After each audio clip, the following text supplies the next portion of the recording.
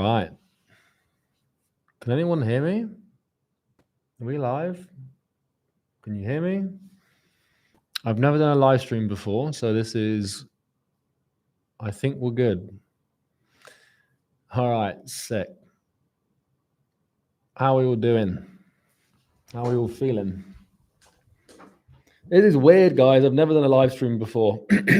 I'm so used to talking to a camera without live feedback, so this will be really fun. As per usual, no, James, we're not doing a hairline check before we start. The hat stays on, mate, during the live streams and off the live streams as well. Right. Well, thanks for coming to my party. It's nice to know that we've got some friends. I know that some of you have got questions, and you know the purpose of these streams is pretty much to run through questions and for me to help you guys with anything really, whether it's stuff relevant to academy work or whatever. Clear this first. It's an Imangaji type shit promotion. Yeah, I don't know how to stream, so it's going to be really interesting. Sam says, you reached out to me on my personal email. I don't really check my emails, man, so yeah. Cool. So look, how are you guys finding the academy so far? Before we get into any questions and stuff, how are you guys finding the academy? Is it helpful? Is it making sense? Do you feel like I'm chatting absolute shit the whole time? I'm curious to hear what you guys think about the video length. Because, like, you know, one thing I was really worried about with the videos is obviously making them like 3-4 hours long and then people being like, oh, I can't watch this. But I suppose if you can't watch a 3-hour video, you're not going to be very successful, you know. What's everyone's favorite video so far? What's your favorite video? 1.5, 2.7, six-figure fusion, trial by fire, 2.8, niche immersion. Yeah, trial by fire. Come on. Who the hell said the introduction, man? You need some help. Sweet. Yeah. Trial by fire too. You can't really beat trial by fire, to be honest. Someone said 6.7. You've been putting in a proper shift if you've been doing the work. Iterative Renaissance. All right. Well, look, I'm just going to turn my air conditioning off and we'll answer some questions. Why not?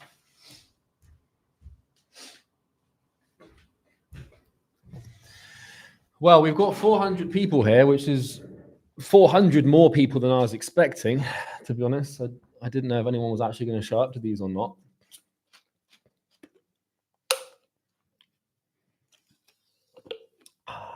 You look a lot healthier than you did a year ago.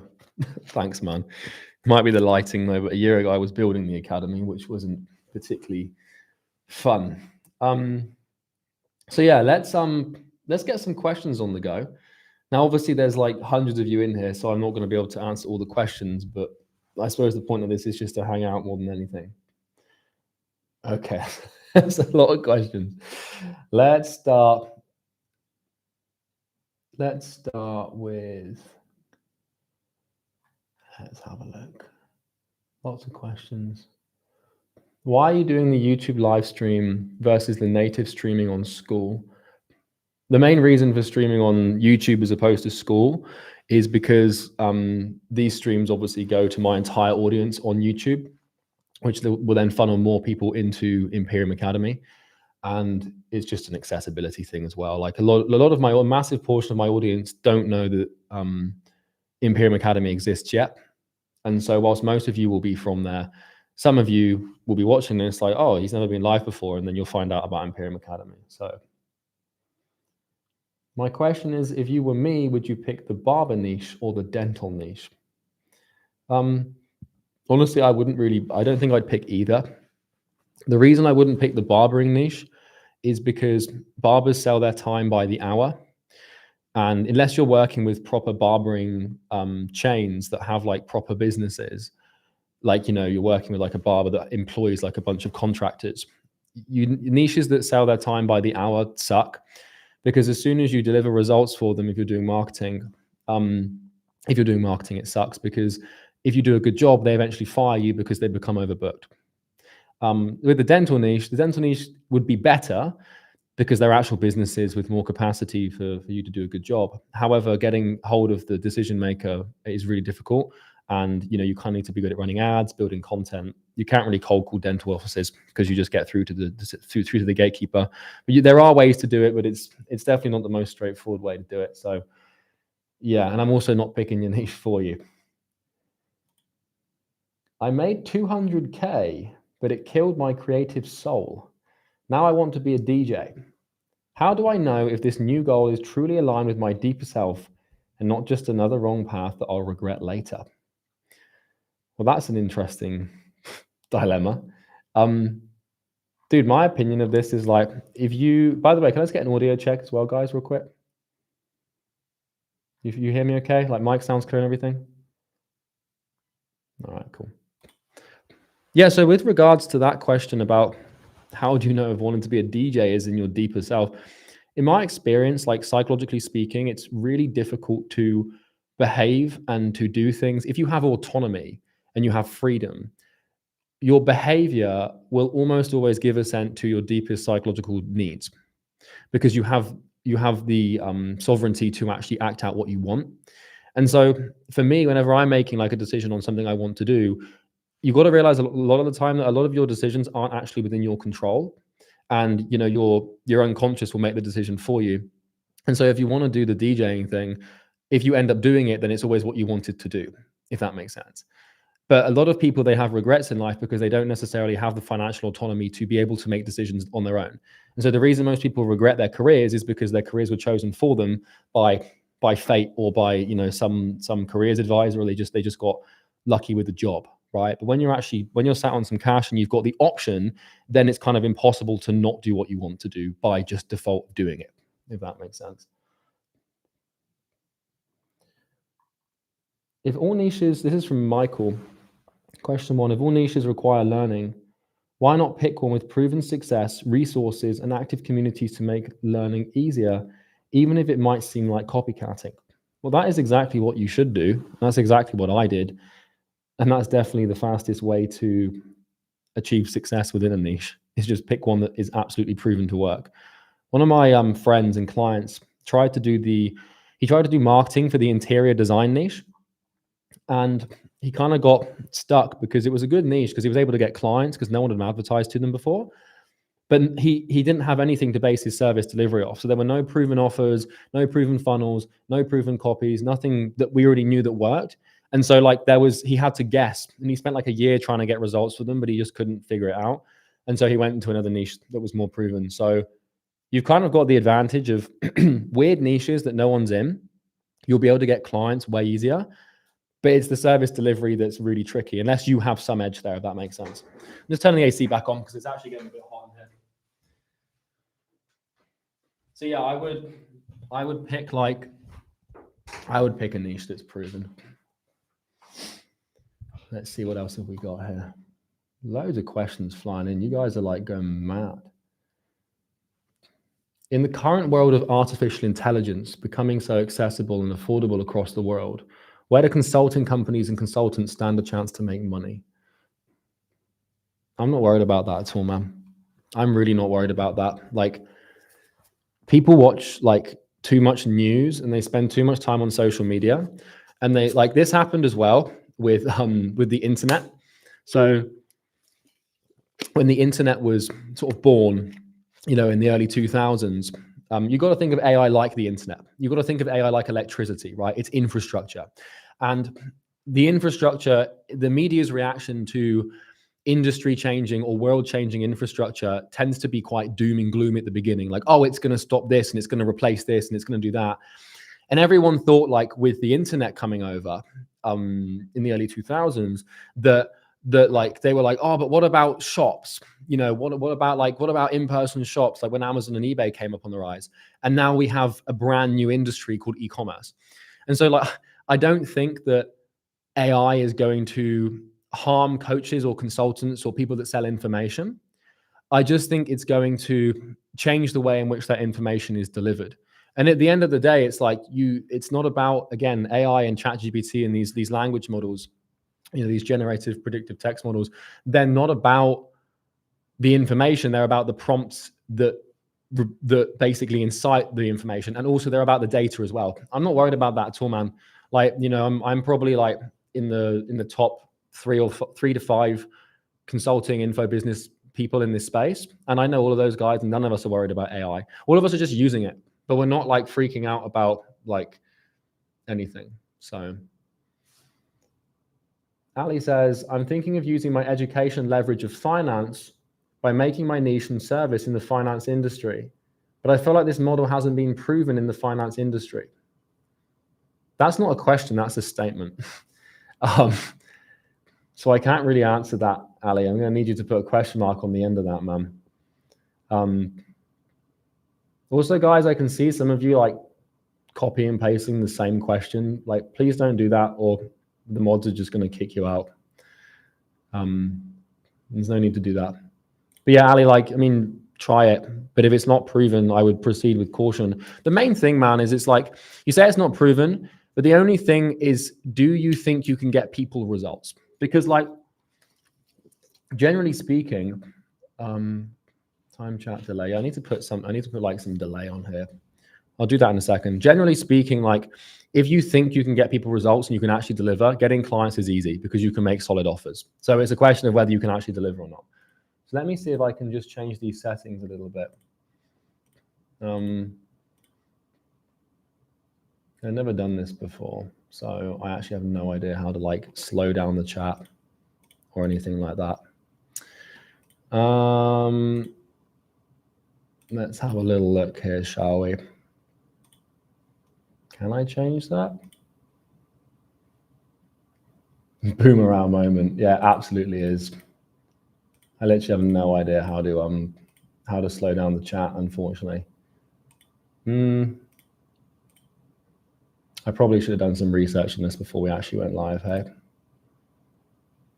I don't know what I just turned on there.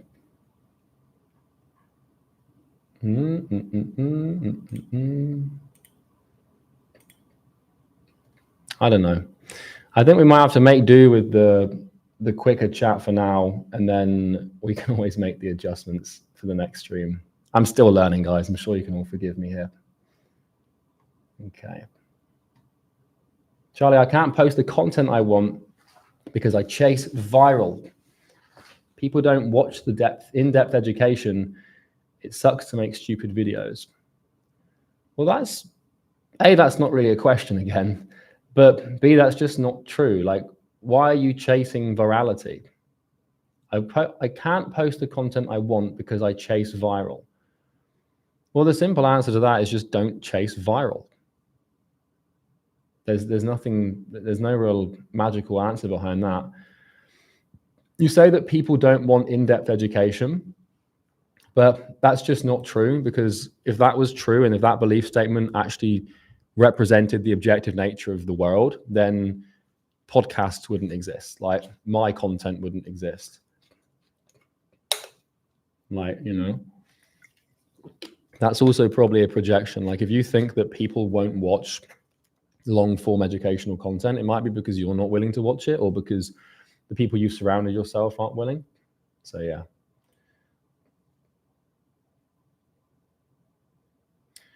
Shadman. Charlie, I've already had 15 students become experts, but I've only made 50K so far. Should I transition to DIY and make a course now or scale my done-for-you coaching?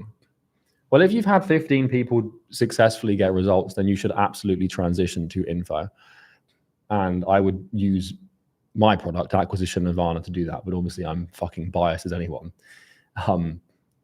Yeah, 100% make the transition as soon as you can. Like, you've got to realize, like, a done for you or done with you or one-on-one business should act as a springboard for DIY. Like you should always, like the end goal of any agency model or any coaching model should always be info, but you can't graduate and qualify to build a course until you've delivered, in my opinion, at least 15 insane results for people. So yeah. Let's have a look. Do US business owners care about my English accent or fluency on sales calls? Is it hard to sell when I'm not a native speaker and not fully fluent?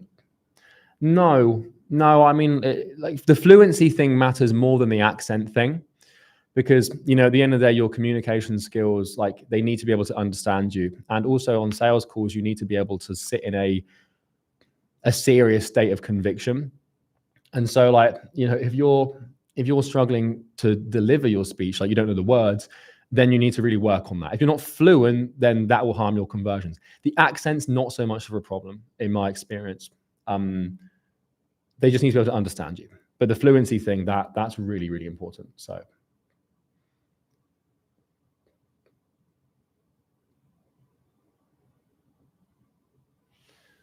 Module 1 stuck.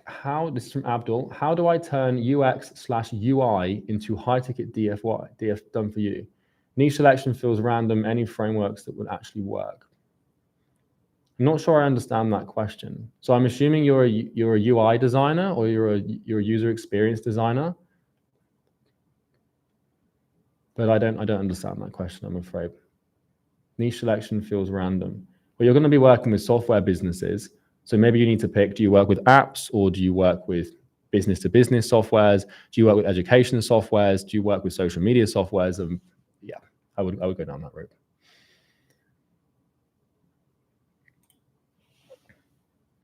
Ethan, yo Charlie, I've posted 12 videos and my most viewed video is 130 views by posting about it on Reddit.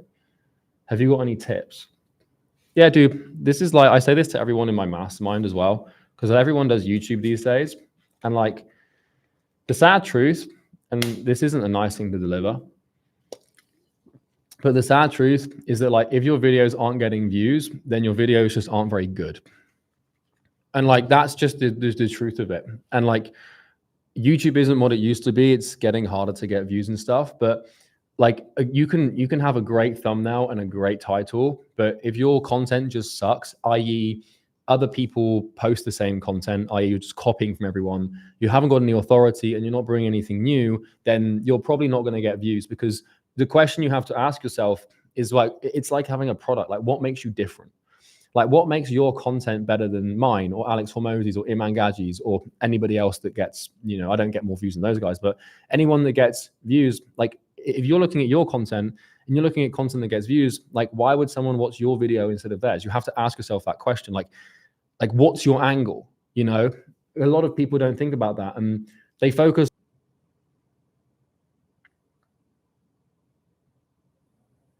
Yo, I've got a different camera angle. Can you hear me now? Can you guys hear me? I know the camera's low quality, guys. I'm going to try and fix that. Again, like I've never streamed before, so this is like hilarious. Let's have a little look. I think my camera died.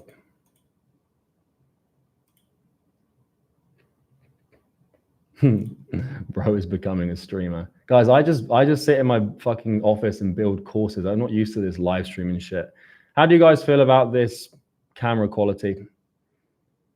How are we feeling about this? Can we put up with this? You don't care? It's not the best, is it? Yeah. Look, if you don't like it, you might have to leave, I'm afraid, because I think my camera's not working.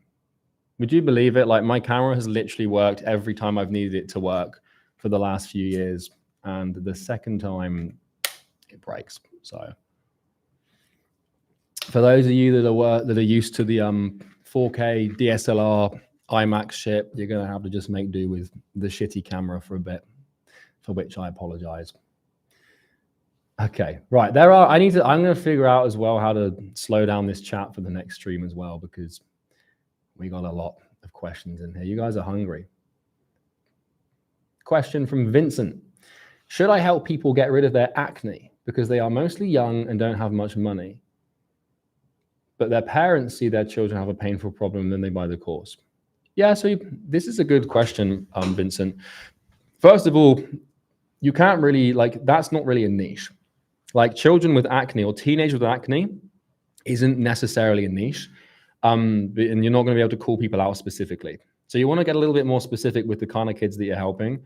But you absolutely can sell to parents. But the only thing is you're not going to be able to advertise to children, because I can tell you for a fact now, if you try and run Facebook ads or YouTube ads to like kids who are like 15 or 16 years old saying, do you hate your life because you've got spots? Like, your ads won't run. But it's absolutely a decent niche, but you're probably better off targeting the parents than you are the kids, because ultimately your niche is you're still alleviating the pain of the parents. And you know, you find this to be quite common with like any business that helps kids solve problems, you know, where it's like baby stuff or whatever. You're targeting the parents at the end of the day. You might think your niche is children, but it's actually the parents of the kids, because the person that exchanges the money is the person that is the market, if that makes sense. Hey, Charlie, one question for you. Why do you work 6 days a week instead of 7? Isn't it easier to have the same schedule every day without major changes? Well, I work 6 days a week because that's the most sustainable thing that I've found. I've tried working 7 days a week, 24 hours a day, nonstop, and I've done that before, but I often find that leads to me being less productive. It leads to me burning out, and it basically leads to me not having a good time and being far less productive than I otherwise would have been if I took some time off and rested and took a break, if that makes sense. So, yeah, I like the rest. You don't need to work like 7 days a week. Like, it's actually unproductive. Like, you end up just doing less because you're so exhausted. Like, until you've developed your threshold for consistency in work and stress management, like it really pays to have like downtime, like properly scheduled. Like, I try and finish work at the same time every day and like truly take that time off. Otherwise I just get like weird and burned out and shit. So yeah.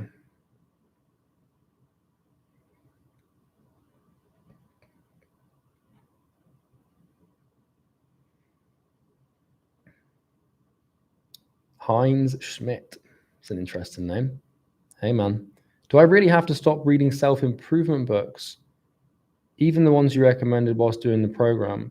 You don't have to stop doing anything, man. Like, I only tell you what I think you should do, not what you absolutely must do. I think that whilst you're going through, like, you got to realize this, man, like, your brain, your mind only has so much capacity for new information. And your mind has a mechanism that digests information and, you know, synthesizes that information into understandable memory that can be applied and acted out. And if you're doing the program, like Imperium Academy is fucking intense. Like, it's like a driving, like an intensive driving crash course. Like, you're learning so many new skills. And it's funny that they call driving courses driving crash courses. It shouldn't be crash course, should it? But you're learning so many new skills. You're learning new words. You're learning new ideas, abstractions. Like, your brain is taxed. And the thing about the self-improvement books is they help you with specific areas of your life, and they can be useful. But at the end of the day, they're not necessarily giving you step-by-step practical information to actually achieve the goal you want to achieve. In this case, obviously, like making money and stuff, right? So I would just not read the books, because the course gives you everything you need. Like, the program has like components of self-improvement in there, especially in the mindset module. Like, so yeah, I would personally not worry too much about those books for the foreseeable. Annie says, do you pay 60% taxes in the UK? Well, look, in the UK, you get taxed 25. Okay, first of all, you get taxed 20% value-added tax. So if you work with someone in the UK as a UK business, then you have to pay 20% VAT on that transaction. Now, typically what happens is the customer will pay for the VAT. So you're not, technically you're taxed, but the consumer pays it on their end. And if they're a business and they are VAT registered, they can claim it back. So we don't worry about that. We then pay 25% profit tax on all profit made in the business. And then if we want to extract that money, in the UK, you can use dividend allowance to extract up to 100K whilst only paying something like 20K in tax. So I can extract 100K from the company and probably pay about £18,000 in tax. Anything beyond 100K gets a bit ridiculous because you start paying something like 38.75% on your income. And so, we don't extract much money from the business for that very reason. And also our objective with our company is to invest as much money as we can to keep growing, to reduce profit bills. But obviously the goal is to make profit. But where my business partner and I are at with the business now is we spent 2 years in Dubai stacking profit. And so we've got enough cash reserves to run the company in a way that is safe and sensible, whilst also taking massive risks elsewhere with investments, with ads, with hiring, with talent. And so we're not all that focused on profit at the moment because, we're locked in on trying to spend money and if anything, reduce margins to invest and develop and grow. We spend a lot of money on the company, and it's all to do with building value and making things better. But I don't care about tax anymore. Like I just don't care. Like I used to worry so much about the tax and the efficiency of it. But the truth is that eventually you get to a point where you have so much money and you have so much money in your accounts that whether you get taxed or not on future income just doesn't bother you. And it only bothers you if you have a lifestyle you need to sustain. So if you've got like 50K a month in expenses and you're buying cars and watches and you're renting mansions and all these things like I did in Dubai, then you worry about tax. But the problem with worrying about tax is then it forces you to live in these tax-free countries, which in my opinion aren't very conducive to commercial growth and long-term business success. And so tax can be a bit of a trap. Like trying to avoid it can be a trap. Like I'm going to be a rich billionaire eventually anyway, so I might as well. Why the fuck do I care about paying 30% on a couple of million? Like why do I care? If I have that much confidence I'm going to be a billionaire, why would I worry about a little bit of tax? That's my philosophy for it. It's a statement of confidence, really. What do you think about the tax advisors niche? I don't. I never think about the tax advisors niche. I don't know if that's a good niche or not, man. I've never looked at it. Sadly, I am not the be-all, end-all oracle of niche selection. But that's why I have the frameworks and why I have the checklist for you guys to go through. Ryan says, how would you position yourself in the niche for solopreneurs or solo founders who are experienced at Plateau? Well, Ryan, that's not a niche, my friend. That's an industry. We're talking about freelancers. Every business owner at the beginning is a solopreneur, and a lot of businesses will identify with solopreneur or solo founder. That's like literally half of every business. Like it's half of every business on the planet. So that's not a niche, and you won't be able to position yourself in that niche because it's not specific enough. If you said solo business to business SaaS founders, well, now we have a niche and now we can look at positioning. But you have to work on that before you can start working on your positioning. And also, every business is experiencing a plateau pretty much all the time. So it's not it's not a niche and it's not specific enough. It's like, are you a solo SaaS startup who has been stuck below 20K a month for more than 6 months? Now, just by picking the niche and being specific, you are positioned. You now have a position because people now feel that you're relevant to them. But if you say, are you a solopreneur experienced at Plateau? That's every business on the planet. That's not a niche. And so you can't position yourself in there unless you're like some massive company with a massive brand, which obviously, we don't have that luxury. Nikita says, since I know chasing money doesn't make you happy, since I know chasing money doesn't make me happy anymore, how can I align my next big goal with my deepest true self so it actually fulfills me? That's a good question, man. Well, look, I had this thing where I chased money for a couple of years, got to the point where I was making like 600K, 700K a month. And, we were clocking in like 300K a month profit consistently, like over and over. And it got to a point where like I was in Dubai, I had the mansion, I had everything I wanted, like the lifestyle, I'd done it. I had the clout, I had the status, I had the freedom, it was all there. And I was kind of like, shit, what do I do now? And I kind of lost my motivation to work like really significantly, because I was like, I don't need any more money. Like there's no, I can't buy any more.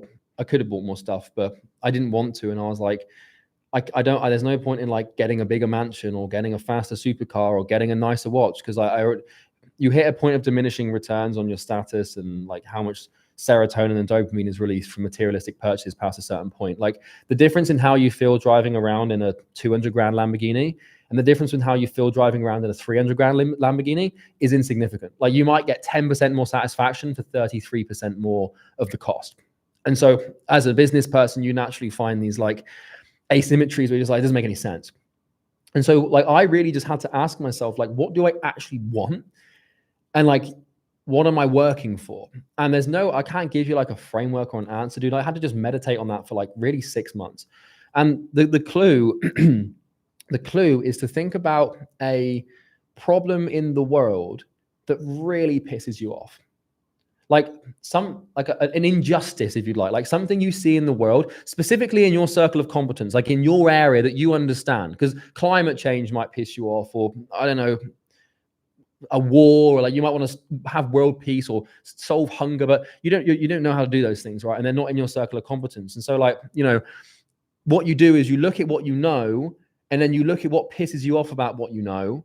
And for me, that's basically people finding it hard to get clients. Like there's lots of people that want to help people and have genuinely good intentions and want to build their lives and help their families.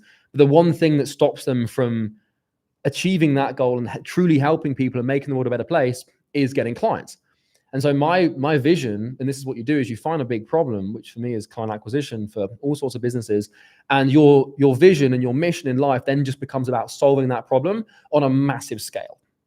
And so for me, like I want to make it so that no one ever anyone who's good at what they do never struggles with client acquisition again. Like that's genuinely my goal, is to like build a company and build infrastructure that makes it possible for every single entrepreneur on the planet to get clients automatically by virtue of them being good at what they do. Like if I can do that and I can die having done that, I'll be a happy man. And so like, instead of chasing money and going after like material stuff, that will work and that will motivate you for a long time. But I'm telling you that as soon as you have it and as soon as you're like there, then it's time to really start like looking at the bigger picture and being like, what am I actually going to do for the next 40 years? Because most people, they chase the material stuff for like 40 years, and then they get to like 50 and then they have all these material things. And by that point, their energy is gone and they just don't care and they just retire, because that's what you're supposed to do at that age, right? But if you're young and you do it right and you listen to the right information really quickly, and you're really fast, then you tend to be you get to that point a lot faster. So yeah, that's good. Naveed Faras says, how do you read books? I'll be honest with you guys, I haven't read a book now for like about 6 months. Which is like surprising. A lot of people were surprised at that, but like I genuinely haven't had the time to read for like a long time. So yeah, I literally have not had the time. Like my like philosophy for reading at the moment has kind of shifted, because in my opinion, if I have the energy and the mental capacity to consume non-fiction literature, I'm not working hard enough. Like at the moment, the way that my work schedule is by the time that I'm finished, I'm like lying in bed, like trying to sleep. I just haven't got anything to give to anyone, let alone like a biography or anything like that. So like, honestly, if you're like working, if you're reading a lot, you're probably not working hard enough. And I know that contradicts some stuff that I've said in the past, but like when I think about the times when I made the most progress in my business, and I think about the times that I made the most money and made the most personal development and business development, it was when I was just focused on like working. And sometimes like it happens where you don't need to acquire new knowledge. And you learn more by just working and solving problems than you do reading. And so the way you want to treat reading is like when you've got nothing to do, and when you feel like you've hit a plateau, that's when you go and seek information. That's when you go and, if you're having a motivation problem, you go and read the biographies. If you're having a marketing problem, you go and read the psychology. If you're having an existential issue, you go and read the philosophy. But you only really read to solve problems. So, Oscar, how's it going, man? We got Oscar in here. He's #1 in the community at the moment, I believe. In fact, let me check. Can we get some W's for Oscar? I think he's got like nearly 700 engagements in the community. So big W's for Oscar. I really am a fucking streamer now, aren't I? W's in the chat. Oscar said that the only way to reach your goal to help every person in the world who wants to be an entrepreneur to be successful was to visit severe burnout again. Would you do it and why? Yeah, probably. The thing is, man, is like, got a little hairline chat there, didn't you? Cheeky. The thing about like the burnout stuff is I wouldn't reach the same level of burnout that I got to before. Because like, look, the thing is, man, is like getting to that point, it sets you back. It does you more bad than it does you good, if that makes sense. And so like, if I'm like burned out, I'm of no use to anyone. And so if the precursor, if the statement was this, Charlie, in order to achieve your vision, you have to experience like traumatic acute burnout, and you have to, then absolutely yes, I would. But I've done some critical assessments on this question in the past, and I've realized that I can achieve my big visions and become a billionaire without having to do that. If it was the case I had to do that to get my goal, then I would. But it isn't the case to do that. Does that make sense? Like I've got a high pain tolerance. So like if that was the only way to get it done, then I absolutely would do it. But because it's not, I'm not going to do that. Like, guys, I can tell you like from experience, like if you burn out like properly, like you'll become catatonic. Like it can be really catastrophic. It can hospitalize you. Like it can make you really, really unwell. So I wouldn't recommend it. I've tried it. It is not nice. What's up, Sean? How you doing, man? Is it true that the only way to learn is by learning the hard way? No. You guys need to put far less significance on aphorisms and little statements like that. Like, like the cliches where everyone like says, oh, the only way to like, it takes money to make money. No, it fucking doesn't. Like, oh, you're only going to learn the hard way. It's like, no, you're not. The only way to get rich is to work smart, not hard. No, it's not. Like these binary rules that can apply to 70 to 80% of situations will not apply in certain circumstances. And, you don't want to be binary and stuck applying these rules. Like one of my favorite cliches is hilarious because it says every rule has an exception, even this rule. So there's an exception to every rule, especially this one. And so that means that all of those like little like cliche statements that people just download into their brains and just repeat because they think it makes them sound, I can't even fucking articulate myself. What the hell? They think it makes them sound smart, hilariously ironic. Yeah, it doesn't. So you do not have to learn the hard way. Like you can learn in Imperium Academy. It's free. All you've got to do is watch some videos and click a keyboard around for like a couple of weeks. That's not hard, and you can learn a lot very quickly. If you want to get people results in an info business, by the way, you don't want people to learn the hard way. Like give them, like I can tell you one thing, that the easiest way to learn something and the easiest way for something to register as true in your mind and for knowledge to be acted out is pain. So there is merit to the statement because the easiest way to learn something is pain. Like how do you, like, for example, like if you got ran over because you didn't look when crossing the road both ways, you're going to learn from that. You're never, ever crossing the road again without looking both ways. But yeah. Is it better to schedule manually in the DMs or send a Calendly link? It's way better to send a Calendly link. That damn software, I can't pronounce it. Yeah, don't schedule appointments in the DMs. Send a link, because what's going to happen is eventually you're going to get lots of open conversations and you're going to be going back and forward, and you've got to look at your calendar and their calendar. And also Calendly allows you to send reminders. It allows you to look way more professional, and 100%. Peter says, my product doesn't deliver results yet. Should I work for free until it does or charge money? My personal opinion is you charge the money and then you refund them if they don't get the result. So like, I will refund you if you don't get this, and you actually mean it. Because the problem with working for free is you don't really, you're going to think you care, but you don't. Let's say if someone pays you $2,000 and you say, hey, I'm going to deliver you X result in 30 days. And you've now got $2,000. Losing that $2,000 is going to be fucking awful. It's going to cause you more pain than anything else, right? And so your incentive to make it work is going to be so much more emotional and tied in. And so I would definitely recommend trying to charge for your first few clients, but just giving them really loose guarantee terms. Like, hey man, like literally, if you're unhappy with my service out of 30 days, I'll give you a full refund, no questions asked. That's not appropriate for client number 5, client number 10, client number 15. But the first couple, you can absolutely make that argument because, again, your job is then making them as happy as possible. And you should truly mean it. Oscar says, why am I drinking from a plastic water bottle? My water filter broke. I'm getting it fixed on Thursday. So until then, I'm going to have to drink some microplastics. It doesn't really matter.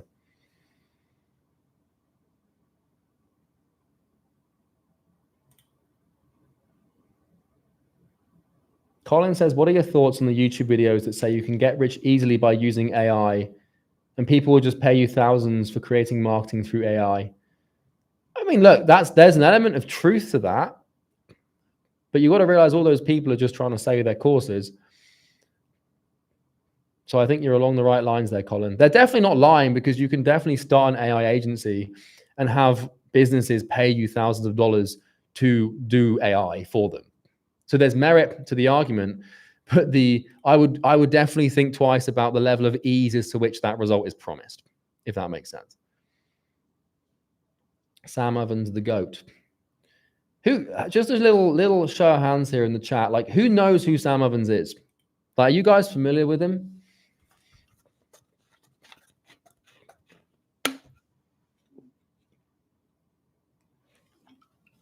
Yeah. He's the big boy. He kind of gave birth to this entire fucking industry. We've all got a lot to be grateful for him.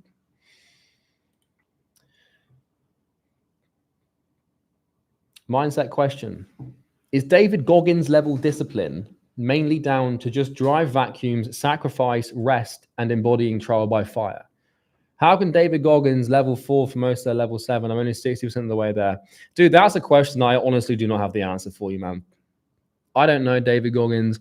I don't know his genetic makeup. I don't know his psychological past. I don't know his dry vacuums. I don't know the guy, so I can't really give you comments on how he's able to do that. What I can tell you is that discipline, like the level at which you're disciplined, depends on how much practice you have being in that state.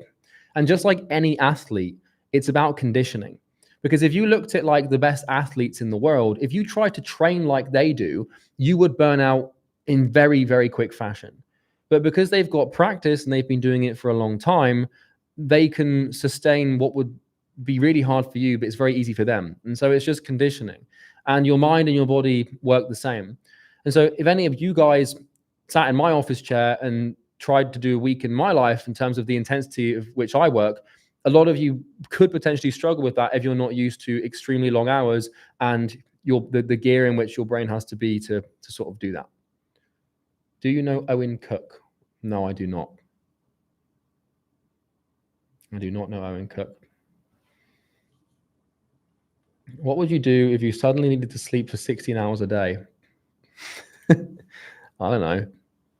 But if I had to sleep for 16 hours a day, I'd probably just reduce my expectations over the time frame of which I could achieve my goals, because the time input would be reduced, right? Julia says, why don't you charge money for the course, like only $100 or something? Well, I mean, the reason I kind of explained this in the introduction video, right, as to why I made it free. Mr. Diamonds. Everybody say hi to Dr. Mike. Some of you might not know who he is, but he's a fucking G. the reason that I made the course free is there's a few reasons. The main one is obviously for it to act as a funnel for Easy Grow and for us to sign more clients for Easy Grow. That's the primary reason I made it. I'd love to sit here and put my hand on my chest and say that I'm like some fucking martyr or something, but the reason it's free is for my own self-interest. I'm not going to pretend otherwise. The second reason is it is just kind of nice to have the idea that by just making something really fucking good, I can effectively monopolize the business opportunity market. Because I think that's probably what will happen 6 months from now is most people are just going to be like, I'm not going to bother trying to do the whole how to start an agency anymore, because how the hell do you compete with someone who has spent a year building something and then making it free? So like we've kind of built a really good moat around the business, and the academy is now an insane advantage for us, because an advantage is only really an advantage if no one can copy it.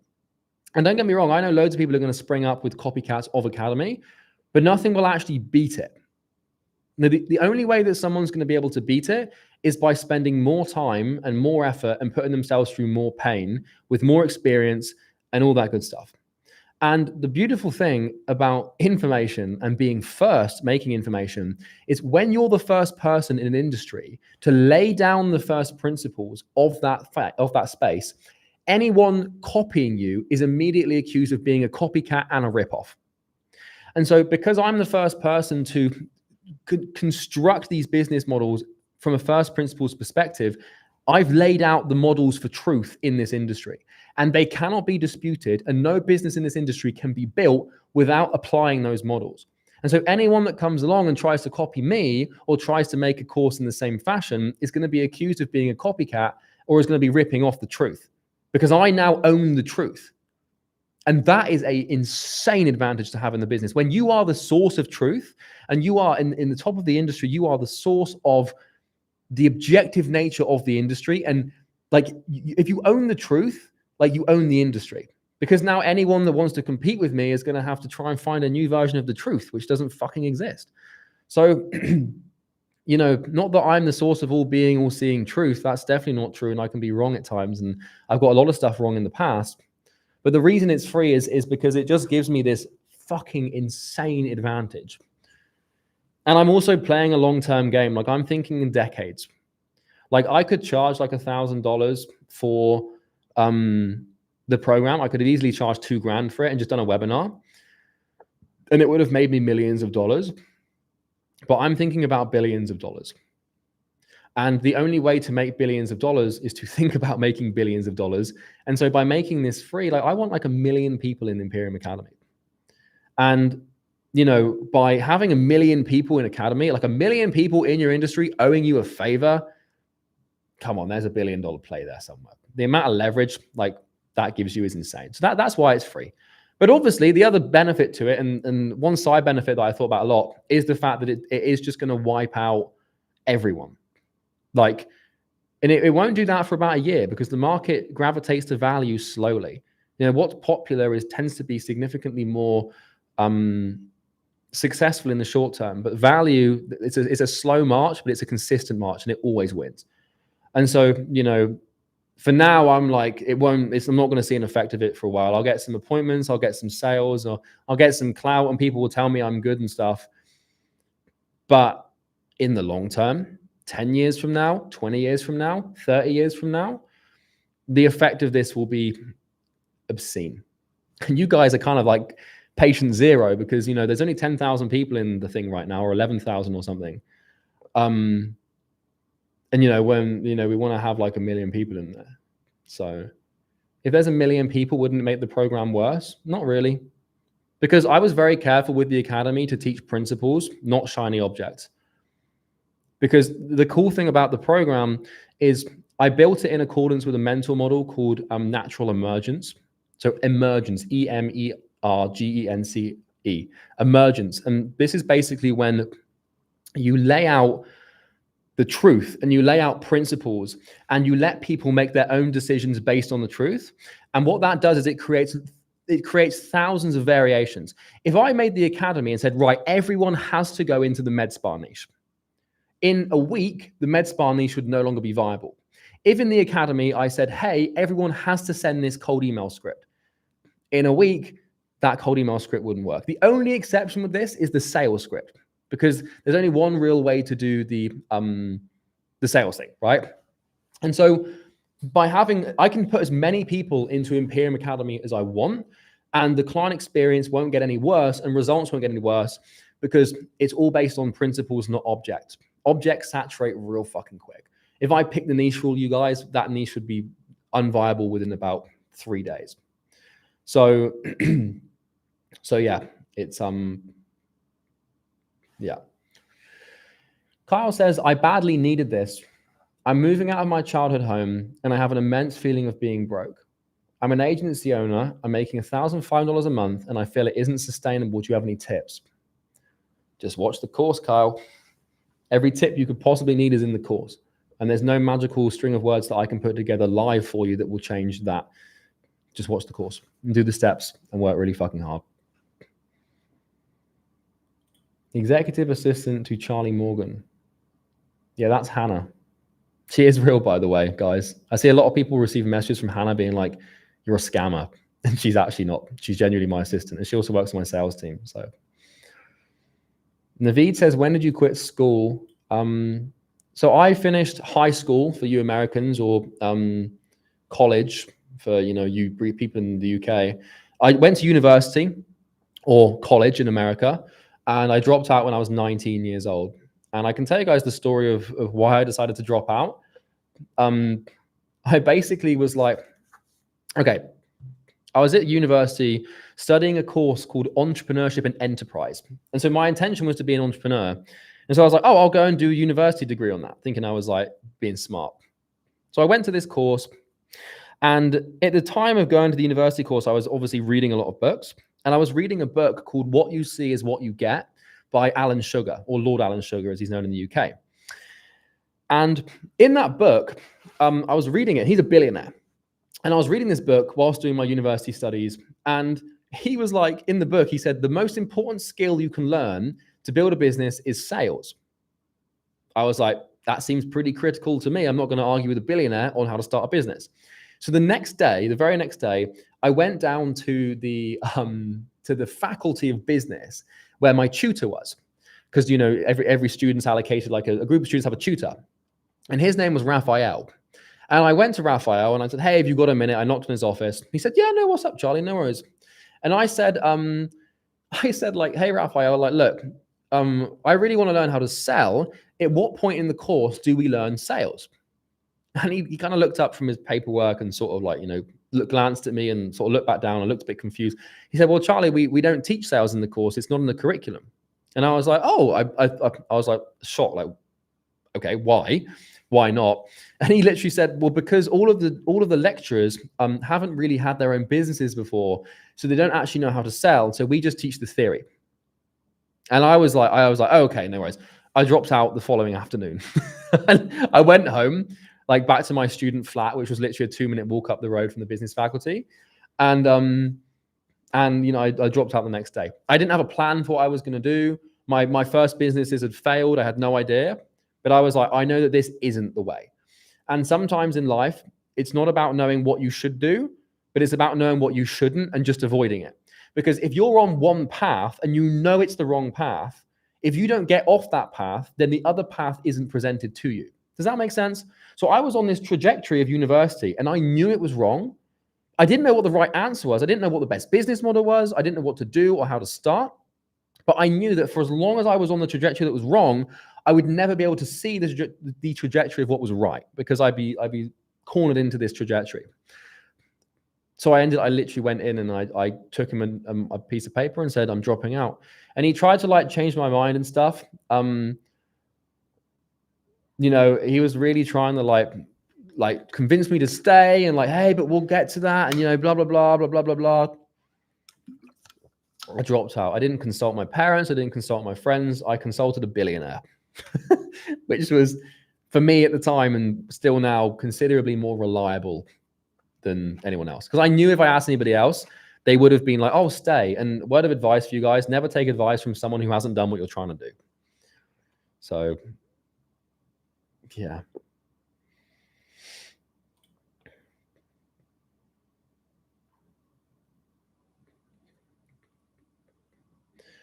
What are your thoughts on DIY for construction companies? Don't really have any thoughts on that, Dan, to be honest.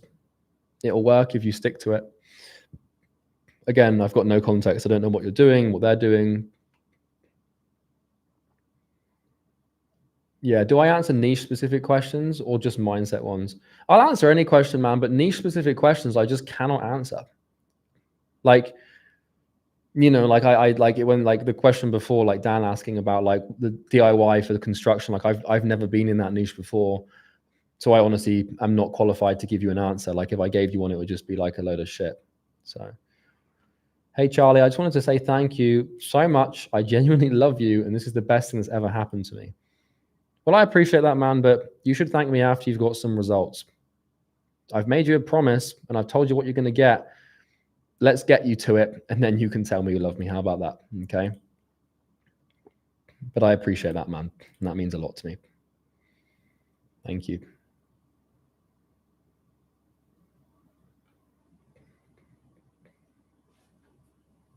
Should I solve, this is from Sebastian. Should I solve more than one problem for my niche when they have more problems?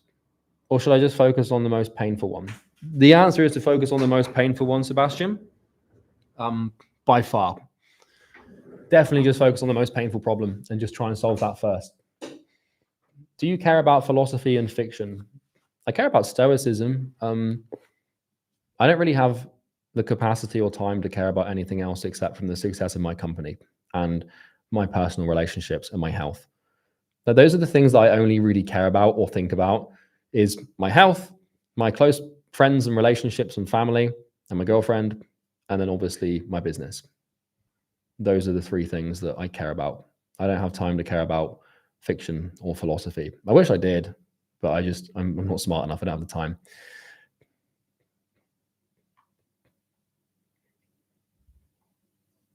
Is online education considered high ticket? In brackets, $1,000 or less than $1,000? No, high ticket, man, is like charging like 3K plus, in my opinion.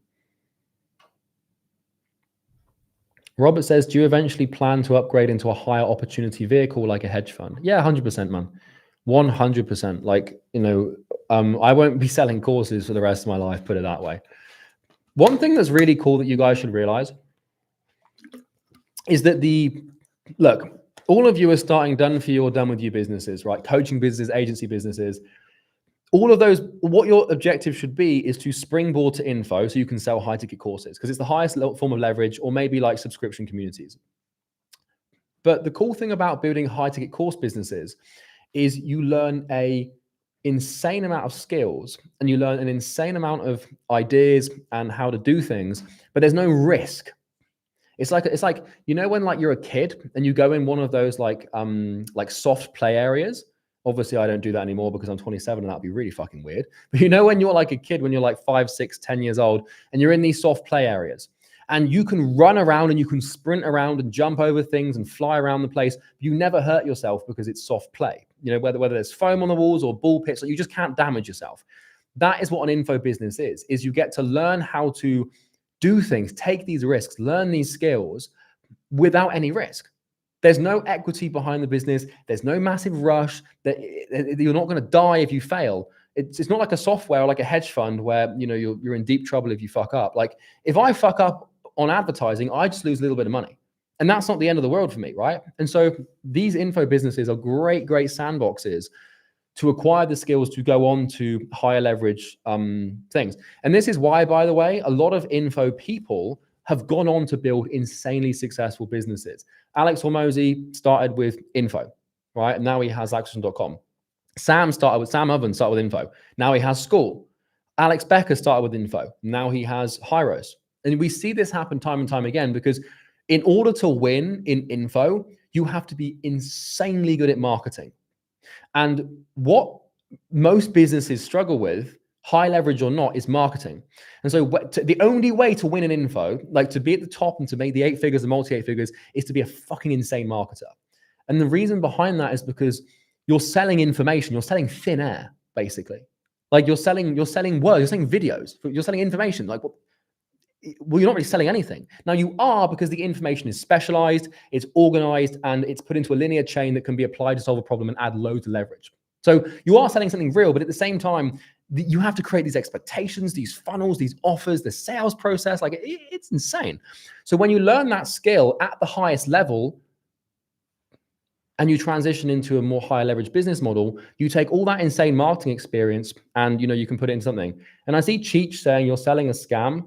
But I think you need to perhaps think that statement through a little bit more critically. How do you define a scam is my question. How on earth do you define a scam? Like, what's a scam? Like, oh, you sell courses, scam. It's like all you've done there is just associate. All you've done there is pattern recognition, which is a fair frame of reference, and it's a fair cognitive mechanism to use, because lots of people that sell courses are scammers. But it doesn't mean that everyone that sells courses are scammers, because then by that virtue, anyone selling information is a scam, including universities. Would you call universities scams? Maybe you would, but that's up to you to decide, man. And fair enough. Joven says, how do you balance a girlfriend and business? The only real way that I've found to do this, my girlfriend's amazing. She's so accommodating. And I said to my girlfriend on our first date, I literally said to her, look, I work all the time nonstop. And I looked her in the eyes, and at this point we weren't boyfriend and girlfriend, right? We weren't together. And I looked her in the eyes and I said, my work will always come first. How do you feel about that? And she looked at me and she was like, yeah, fair, I get it. And a lot of girls say that, and then after like a couple of months, they realize, oh, they actually can't deal with that and they want more attention. And so, you kind of proceed with caution. But my current girlfriend I've been with for a significant period of time, for me to realize that she actually doesn't care, and she wants me in the office and she wants me to work a lot. And she'll encourage me as well. So like, it's not, if you're trying to have to balance work and a girlfriend, you're probably with the wrong person, because my girlfriend, for example, basically pushes me to work. And she's like, hey, like, she motivates me and she kind of pushes me. And, you obviously still have to make time. And so like what I've got is I've standardized my dating. So I've got a system for dating my girlfriend, and so, I've got like a way of basically us dating. I've got a system for that. And, I try and keep it interesting for me and for her. And so, that's a pretty good way to do it. But the thing is like, if you need love, which everyone does, and if you have that need for intimacy, love, and connection, and you're not receiving it, then you're going to spend more time chasing girls and being lustful than you would if you had a girlfriend. Does that make sense? So when you need something, like, you might as well have it, because otherwise you're going to spend all the time trying to achieve it without actually having it. Adam says, for a young man at 17, should you just give away your entire year to be brutally focused and working? Yeah, absolutely. 100%. Dude, that's what I did when I was like 18. No, I dropped out uni at 19. I was like late 18, nearly 19. And then you just got to sacrifice like 3 years, man. And it'll work. Like you'll get some results.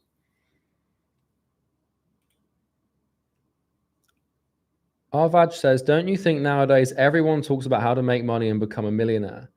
If someone wants to become wealthy, how can anyone do that? Will everyone become rich? No. Dude, like, not everyone gets rich, man. Most people fail. You've got to realize, like, anyone can become a millionaire. They just don't. Does that make sense? And the reason they don't isn't because of some conditions set by the universe. It's because they're either not smart enough, they're not disciplined enough, they don't have enough impulse control, they don't work hard enough, they don't have the humility, or a whole bunch of other variables that give assent to financial success in the modern market. Anyone can do it if they have a base level IQ of above 80 and they want to work really hard. But most people, they don't have the pain tolerance to it. They start and then they realize it's hard. You should see the drop off on the academy. Like, loads of people join the course and then like they watch the first video and then they just leave and they give up. That's most people's pain tolerance. That's most people's impulse control. That's most people's discipline. People just can't see shit through. They all have the potential to do it, but they just choose not to because, well, for whatever reason, they clearly just don't want it. Everyone says they want to be a millionaire, but most people actually don't.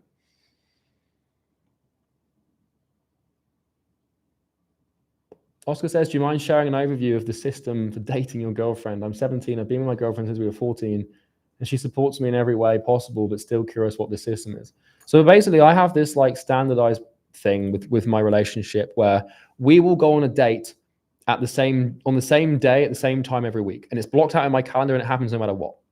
And we always do dinner. And so what I tell my girlfriend to do is, hey, babe, every time you find a restaurant you like, send me that restaurant, and then I will book it.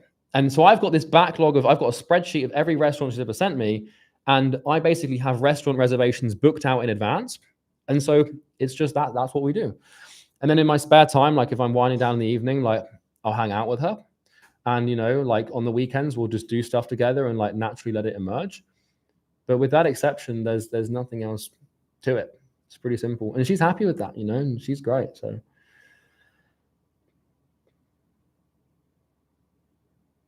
Yeah. I think the chat slowed down. I don't know if I've disconnected or something. It's going to give it a minute to let some questions come through. There we go. Is studying philosophy at university a good decision if the goal is to improve critical thinking and the ability to ask the right questions and challenge your own decision in business and in life? No, I don't think so, man. Look, a philosophy degree is not going to necessarily make you a better entrepreneur. So yeah, that's that. Do you need basically the simplest way to answer that question is ask yourself, do you need a philosophy degree to become a millionaire? No. Like, this is what I like to do is like, if you want to become successful, just ask yourself, what do I not need? And then just get rid of all of that. And then just focus, like what you do need is a mentor, the right information, a niche, an offer, a work ethic, discipline, a solution, a sales process. You need all those things. But what you don't need is a degree or friends, or well, you're going to need friends, right? But you know what I mean by that. Like, do I need this friend in my life to become a millionaire? No. You could take that to an extreme, but I wouldn't, right? Would you pick the car dealership niche or airport shuttle service niche?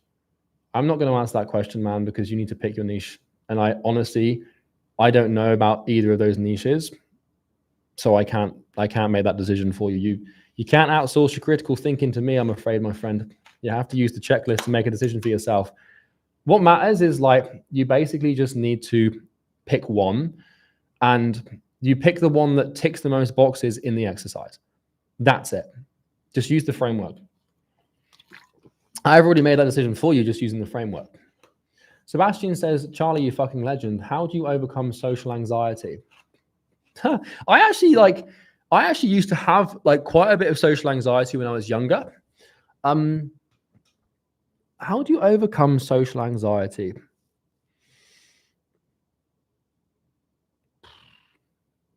Honestly, man, just probably the only answer I would jump to in the most pragmatic and practical, fast way is probably just exposure. I would just think of like my worst nightmare from a social perspective, and then just start doing that. Obviously, you'd probably want to work your way up. But if I wanted to get rid of, like, the only way you get rid of it, like, anxiety is a fear response. It's an anticipatory fear-based mechanism, which means that your brain is basically anticipating something bad happening as a result of you doing something. Okay? And so all you have to do is show your brain when you do that thing, nothing bad happens. So let me tell you something. It's exposure. I used to have a fear of blood tests. So you know when they like roll your sleeve up like this and they like inject your arm and like draw blood? Like, I used to have a genuine phobia of that. And so there were two things that I did. I realized, first of all, that phobia was a belief system. And so what I started doing, every time I had that cringy feeling, I would tell myself, I love blood tests. And this is no fucking joke. I love blood tests. I love them. I love blood tests. And then what I did is I scheduled a blood test basically every week for like a month. And I hated it at the beginning, but I just got some bloods done to like test different levels and like test my testosterone and stuff. And I got a bunch of different blood tests. And over the course of that month, I had so much fear of these blood tests. But every time I had the fear, I said, I love blood tests. I love blood tests. I love blood tests. I love blood tests. And after 4 tests and telling myself probably about 3,000 times I love them, the fear was gone. Now, if like the other day I was sorting out some health insurance and I had to have a blood test because I'm insured against the value of my company, which is significant enough for insuring companies to want to get a blood test to make sure I don't have cancer and stuff. So they emailed me, they were like, hey, we've got to do a blood test on like Friday. I was like, yeah, cool. And then I was like, shit, I don't care about this. I love blood tests. I want this to happen. And I was like, 2 years ago, I couldn't even think about a needle without basically going white. And I'm already quite white, right? But without going pale, like I was going to be sick. So the way that I would overcome the social anxiety thing is I would just say, I love people. I love talking to people. I love sales calls. Like I'm amazing in social situations. And then just start acting it out. Like just approach random people and be like, hey, like I love your dress, or I love your shirt today, man, or nice to meet you. What's your name? Or hey, girl, can I get your number? And it'll be weird at first, but after doing that for a month, like you can get rid of a phobia and anxiety real fucking quick. Like if you're pragmatic and approach it in the way that I did. David says Napoleon or Caesar or Alexander. It's got to be Alexander because Caesar and Napoleon based a huge amount of their what would you call it, military strategies on Alexander. Alexander is like literally like the first conqueror, if you really think about it. Like, I mean, yeah, actually that's not true at all because you had the Egyptians, right? But from a Western perspective, it's got to be Alexander. They're all pretty sick though, man. But on the dating, Charlie, follow up on the dating system. Did you integrate your girlfriend into your business or do you keep her out of the business? Yeah, I would not hire my girlfriend, not because I think she'd be commercially incompetent, but because there is a very firm boundary between my work life and my relationship. I really, truly would not hire my girlfriend or my siblings. I hired some of my friends, which is actually supposed to be a massive mistake, but that's worked out fine. How to not look like a scammer when you sell your course. Just don't do things that scammers do. People think that things are scams based on associations. So if you're standing in front of like a Lamborghini or like a Rolex and you know you're flexing and you're doing some fucking vlog, then everyone's going to think you're a fucking scammer because, well, you look like a scammer. In the same way that if you were in London and you were wearing a balaclava full face mask and a tracksuit and a backpack and you look like a gangster, then people are going to associate you with probably being trouble. So just if you don't want people to think you're a scammer, don't look like one. It is as simple as that. Adam says, Charlie, how do you convince yourself to not splurge on useless stuff like cars, despite the fact you'll only be rich in your 20s once?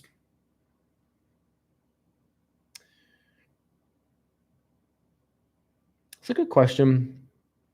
Honestly, man, like for me, what I've realized is like status or status, whatever you want to call it, isn't about like, it's not about having the thing, it's about having the option to have the thing. And like, you know, I realized that I just don't care about looking like I'm rich. If you really like, trust me, like once you get to the point where you're sat on a few million after tax profit, it's your money in your account, and you have the option to buy just think about like, do I actually care about this? Do I actually care what random people think? And then you can decide from there. But a lot of people, you have to kind of get it out your system, man. But you'll realize after splurging, that's probably should have contextualized the word splurge there. You'll realize after splurging on expensive things that they don't really add any value or any fulfillment to your life. And then you'll realize that you just don't care. And like, you know, you kind of like, you just want to be comfortable enough in your own ego and mind and body to realize that you don't need to receive external validation from strangers to elevate your social position.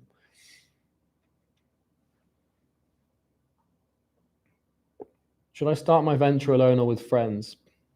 Alone. The chances look, I'm going to tell you alone, but that's not to say that I'm necessarily wrong, but the chances of your friend being the right business partner is minusculely slim. The chances of you guys actually being the right fit, like you're friends and you get along, but the chances of you actually being good in business together is so small. Like, so small. Charlie, how would you overcome a porn addiction? Just fucking stop watching it, man. And just realize, man, like when you watch porn, you're basically a cuck. It's disgusting. Like if you actually think about it, you're getting off to watching another girl and another guy. Like you're a cuck. Like the easiest way to overcome a porn addiction is ask yourself, would I get off to this video if I was in the room? Remove the screen and then think about what you're actually doing. Like imagine you're sat in a chair watching what you're watching. You'd feel really weird and uncomfortable. So like, you know, but also, man, like the porn addiction thing, like I don't watch porn. I haven't watched it for a long, long time. I just like once you stop watching it, you'll realize just how fucking vile and disgusting it actually is. And the way that it wires your brain, nah. Like you kind of have to step back to see that, man. But that's a whole journey, man. That's a whole personal thing. And you know, we're here more for business stuff, to be honest. But like just don't fucking watch it. That's the crux of it. Like, oh, I just don't want to watch anymore. So, but yeah, this is a whole thing.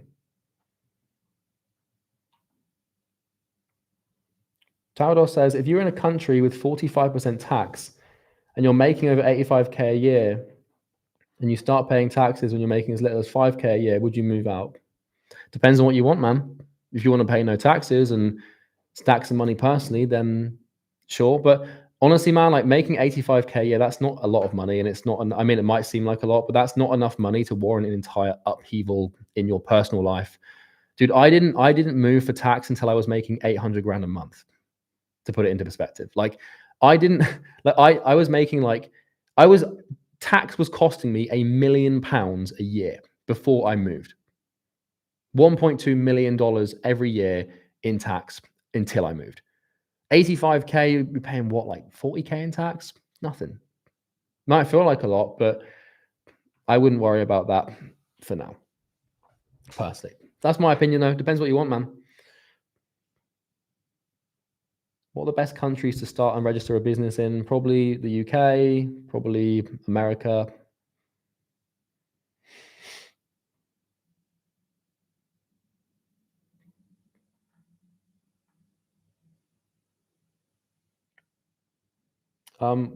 Hey Charlie, what's your best advice for overcoming the fear of not delivering results without prior experience, especially when clients cover ad spend? It's business, man. You've got to realize when clients work with you, they're taking a risk to work with you. And as long as you explain those risks and are transparent with them, then you're good. I'd be more afraid of what happens if you don't deliver. Like, as in, like, if you don't sign them, you're just going to stay broke and miserable and poor. So, and at the end of the day, man, like if you really feel guilty for fucking up someone's ad account, you just refund them the money. And then you go into your own pocket and give them money out of the ad spend. But again, it's like you just be honest with your clients. You say, hey man, like I'm super confident it's going to work. Like I have no doubt in my mind. Obviously you're going to cover the ad spend here. And also you've got to realize that clients are never going to be pissed off about lost ad spend, because in their mind, that money hasn't gone to you, right? So they're not going to be pissed off at you because yes, you spent their money, but you haven't received that money, so they can't attack you for it, if that makes sense. Like, no, I've never, I mean, I serviced 350 done for you marketing clients, and I never had an instance where a client was unhappy about ad spend or losing ad spend. To be fair, we got good results. That very seldom happened. But like, just if you can refund them what's in your control, but at the end of the day, they're spending that money on the ads and they're still getting like reach and impressions and stuff, but they won't care about that. Hey, Charlie, should I live in the same flat as my business partner? It will definitely have its benefits. I lived with Bo in Dubai for 2 years, and that was, I mean, we were incredibly productive during that time. Just make sure you have your own lives, because like one thing that's really dangerous when you've got a business partner and you live together is you kind of end up becoming very codependent. Like you'll socialize together, you'll date together, you'll eat together, you'll work together, you'll live together. You won't sleep together. It's a little bit fucking weird, but you need to be careful not to become too codependent. Is it possible to make $1 million from any country? Yes. Dude, if it wasn't possible to make $1 million in Bangladesh, then there wouldn't be anyone in Bangladesh that has made $1 million. And I'm sure there's lots of people from Bangladesh that have made $1 million.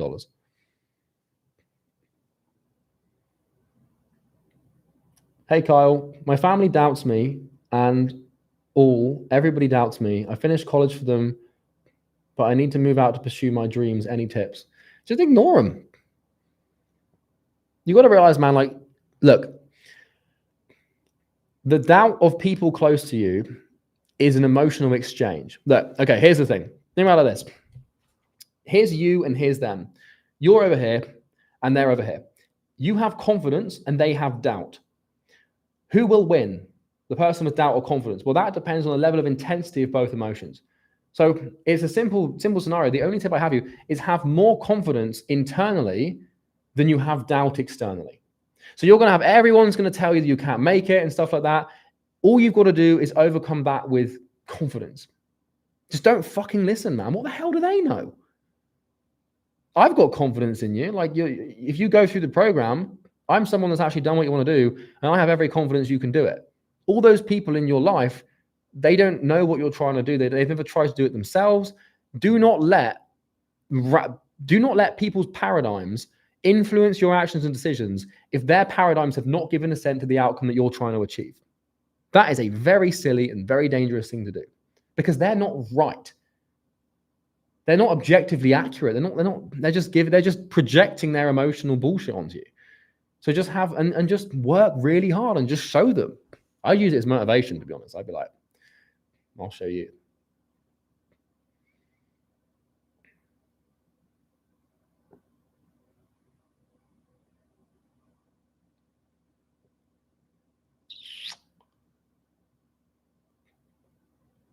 Christopher says, hey, Charlie, what allowed you to build your absolute obsession for work? What were the turning points for you? And what allowed you to turn up completely and not look back? Honestly, man, like, look, for me, I don't know necessarily that there is any core reason for my obsession. I think it's just what I've built my identity around. Like, that's just who I am now. Like, I used to be this lazy fuck, man. Like, I used to be this self-sabotaging, up and down, like, lazy fucking guy for the first, like, couple of years when I was like a teenager. I was like real like that. I would just like, I'd like spend like days and days like playing video games instead of working. I'd procrastinate. And then I just started like realigning my identity with like, I'm just a workhorse. Like, I just work. And so, you know, if you do that for 10 years, eventually you develop this obscene obsession with sustaining that worldview and that identity that you've constructed. And yeah, and then you're just like, now here I am, and I work harder than anyone I know, and that's not because I'm special or because I've got anything magical going about me. It's just what I've constructed my identity around for years.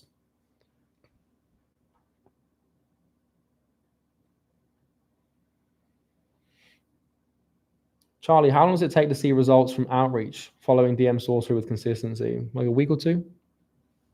Depends, man. Depends on how good your message is. Depends on how good your offer is. It depends on your deliverability.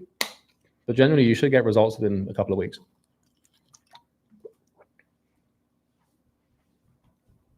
Yeah, Charlie, what businesses are you working on right now?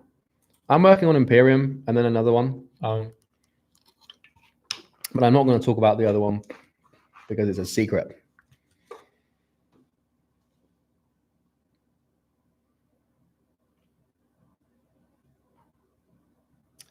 Let's see.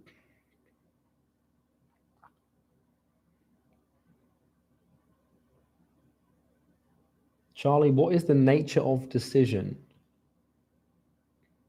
Decision precedes action. How can we decide to change? That question's a little too abstract for my brain, I'm afraid, man. The nature of decision is making a choice. I don't know. I'm a little bit out of my depth there, man. I can't lie to you, brother. I wish I had a better answer for you, but I will remain within my lane. You guys really like some of you guys have to be like really careful with like I call it like over philosophizing. Like, you know, like that answering that question is not going to help you make more money. Like, you have to be really fucking careful, like trying to like dig into all these edgy boy existential statements, because like they might sound cool and edgy, that you think you sound like Nietzsche, but really you're just procrastinating and you're just asking the wrong question. Like, you know, it's like, what's the meaning of life? Who cares? Just fucking work, make some money, you know? Like, what's like, and I'm not calling you out saying it's a bad question, because it's a critical question and it's one worth thinking about. But what you need to learn is that if you want to be successful in business, is you only have so much mental RAM, and that mental RAM needs to be on solving your business problems, not existential things. We'll leave that to the philosophers, man. Like, there's always time, and if you're interested in philosophy, you can always do that, but you want to be hyper careful. Is YouTubers selling courses a good niche? Yeah, I'd say. Hey, Charlie, pitch us easy growth. Nah, man, I'm not going to do that today. Hey, Charlie, do you think if I target more viable markets, like first world countries, I'll be more successful than if I targeted third world countries? Yeah, 100%. General rule of thumb with business, man, is just go where the money is. Like, the easiest way, like if any of you are not working in Europe and America, like, we run online businesses. So the best market to be in is the American market. The second best market to be in is the European market by a mile, because they have more money, they're richer, they have access to credit, there's more trust.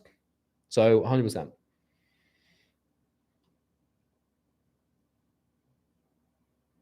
Julia says, how can I forget unmeaningful things so I have the capacity to remember the things in IA? I don't think there is actually a way to like forget things. Like, that's just going to happen normally, man. Like, dude, I had like between the ages of like probably 13 and like 18, I had loads of stupid ideas in my head, man. Loads of knowledge, loads of stupid stuff. Don't worry about forgetting things. Don't worry about like forgetting knowledge. Just worry about eliminating belief systems that you're holding on to from a long time ago. And we talk about that in the mindset. Adam says, you talked about the round table analogy or mastermind. Is it honestly true that parts of your identity cannot be removed? No, that's not true. It's not about removing parts of yourself. It's about rechanneling and reintegrating them. And Adam, if you want to understand how that works in more detail, you can just have a look at shadow work on YouTube. Dude, if that wasn't possible, like, there's people who are like alcoholics for like 30 years and then they don't touch another drink until they die. There's people who have like smoked for like 10 years and they suddenly stop. Like, all those behaviors can be stopped and quit, and it's absolutely possible to change yourself in every way imaginable, but there's lots of rules to that. So, thoughts on selling in the Australian market? Yeah, it will work if you can work in Australian time zones, for sure. If you can take calls in Australian time zones.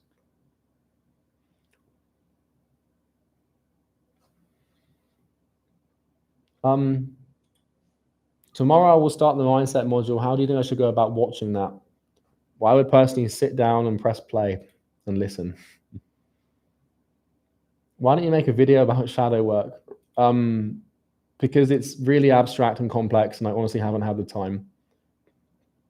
Yeah, guys, for the next live stream, I'm definitely going to put slow mode on, because, like, you know, for those of you that are just copy and pasting the same question, like, please don't do that.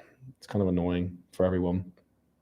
But yeah, we need slow mode, that much is for sure, because it's not very engaging when it's literally just like a Q&A, right? So yeah, we'll slow mode it next time. Don't worry.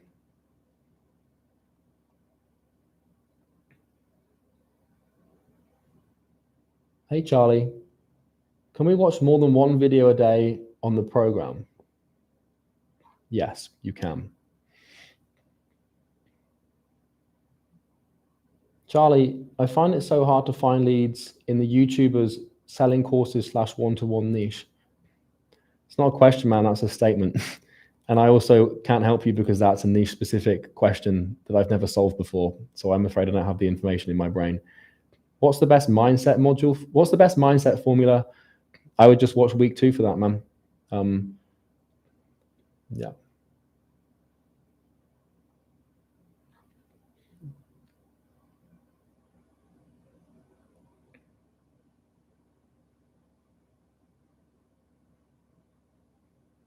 What's the most important lesson that Sam Ovens taught you about becoming successful? Focus, without question. Just one word, focus. Like Sam taught me how to focus, not just like in the day, like being able to focus on doing one thing, but like being able to focus on like one business, one niche, one product, one offer, like definitely focus. How can you convince your parents on dropping out? Well, where I'm from, when you're 18 years old, you're allowed and able to make your own decisions. But if you're from a culture where that's not appropriate, then I can't really help you there, man. Try and strike a deal with them or something maybe, but yeah. How do you focus? You just remove distractions.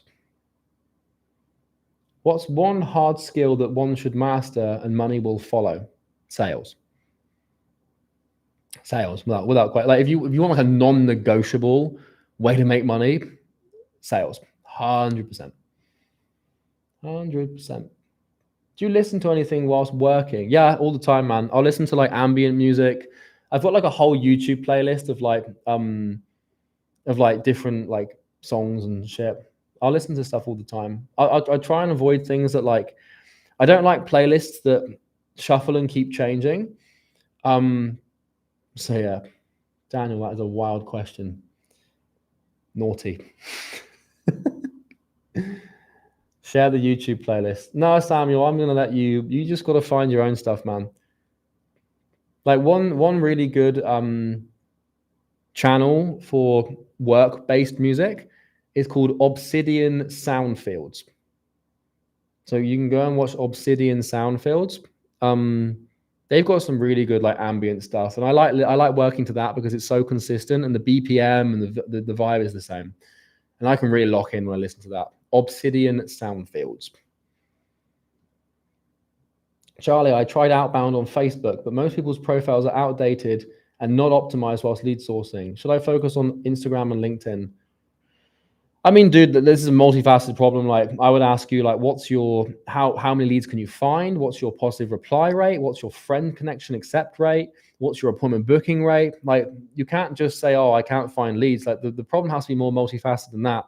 But I would also definitely use Instagram and LinkedIn as well as Facebook. So, yeah. Is it true that every millionaire needs a lawyer? No.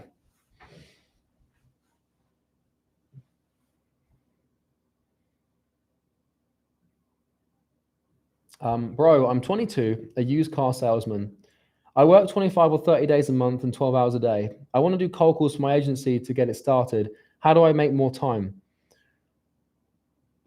Well, look, man, like that's an impossible question to answer. I can't help you magic up more time.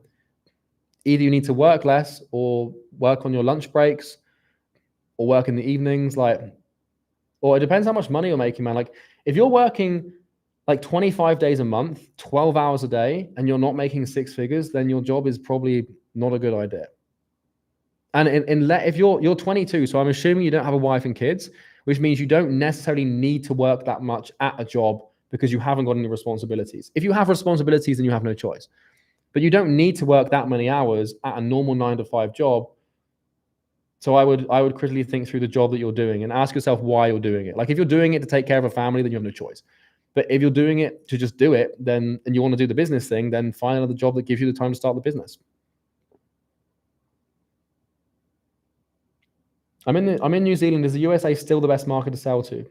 Yeah, dude. Like your location on the map doesn't change the fact that the US is always going to be the strongest market. Like, you know, that's not going to change anything. Like, you know, your location isn't going to change that. How to remove fog? I'm assuming you mean brain fog. The easiest way to remove brain fog is just a single ingredient elimination diet, because the majority of brain fog that you feel is just going to basically be coming from your gut. So yeah, like brain fog is inflammation, and most people's inflammation source is their gut. It can be all sorts of other things. Like girls can experience inflammation when they're like pregnant and stuff, because like there's inflammation everywhere else in their body. You get brain fog when you've got a fever because you're inflamed because you're fighting off an infection. But generally speaking, if you've got brain fog all the time, The first thing to do is fix your gut health. And if that doesn't work, then I would seek medical attention from a professional that's a little bit more advanced than some 27-year-old who thinks he knows a lot about health. I don't know anything in the scheme of things. Oh dear. Charlie, how do you overcome negative thinking?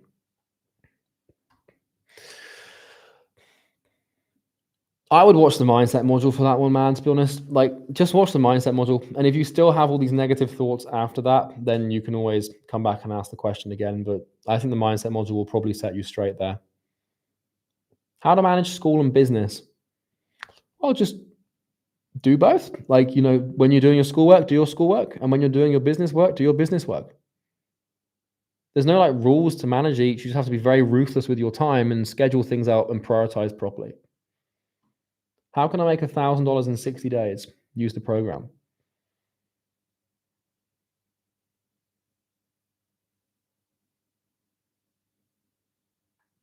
Charlie Morgan, I made my first 30K from selling $4,000 sales calls. I just bought closing mentorship, but don't have the time to balance learning sales whilst also booking sales calls 24/7. Should I hire a closer? No. If you've only made 30 grand, man, you're not ready for a closer yet. Like, you need to be at like full capacity and then have more calls to give your closer before you hire a closer.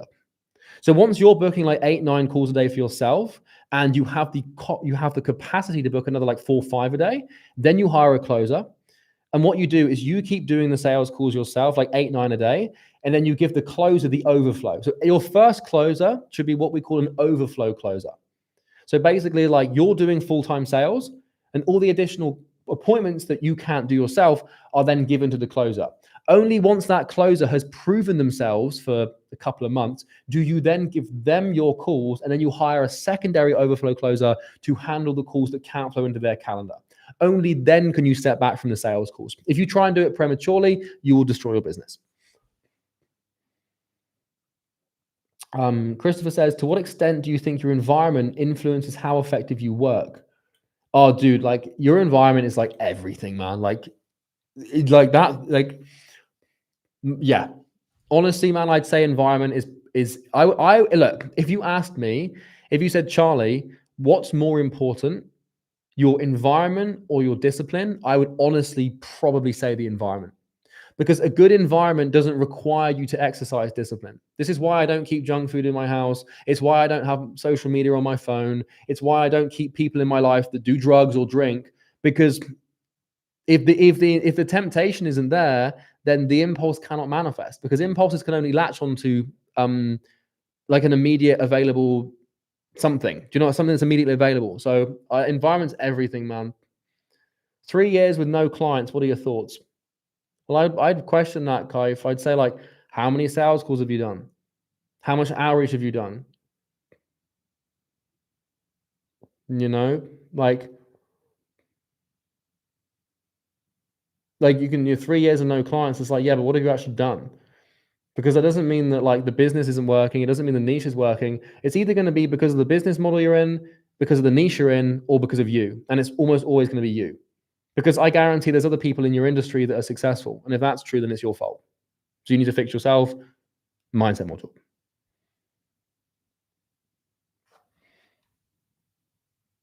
Samuel says, I'm 18.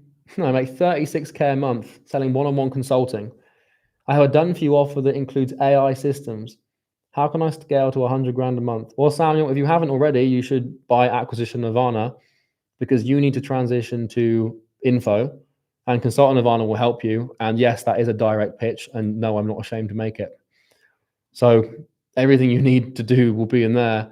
But transition, if you don't want to do that, here's the broad strokes. Transition to info, hire a setting team, maybe hire a closer and run ads. And then you'll get to 100K a month. Those are the macro things that you probably need to do to get to 100K a month. Charlie, how did you avoid burnout building Imperium Academy as opposed to Easy Grow? I didn't really, man. I still burn myself out when building Imperium Academy. When I was building Easy Grow, I was less aware of like eating and like eating clean, and like my biology wasn't as tuned up. So like building Imperium Academy was objectively easier because I didn't have brain fog. I wasn't tired. I wasn't getting sick all the time. But I still burn myself out, man, like badly a couple of times. The Imperium Academy build was one of the most difficult things I've ever done. Like the easy grow build was by far the hardest because like it was my first proper experience doing like a full send on a program. The academy was tough. Charlie, my English sucks. Should I hire a closer or do them myself? You need to learn English, man. You need to learn English. Easiest way to change beliefs, just watch week 2, man. Charlie, what's the healthiest way to relax for you? For situations where you're so tired that you can't exercise or read a book, but not just enough to lie down and fall asleep. Dude, honestly, like the thing that I find most relaxing is just like watching a movie or watching golf videos on YouTube. That's what I'll usually do.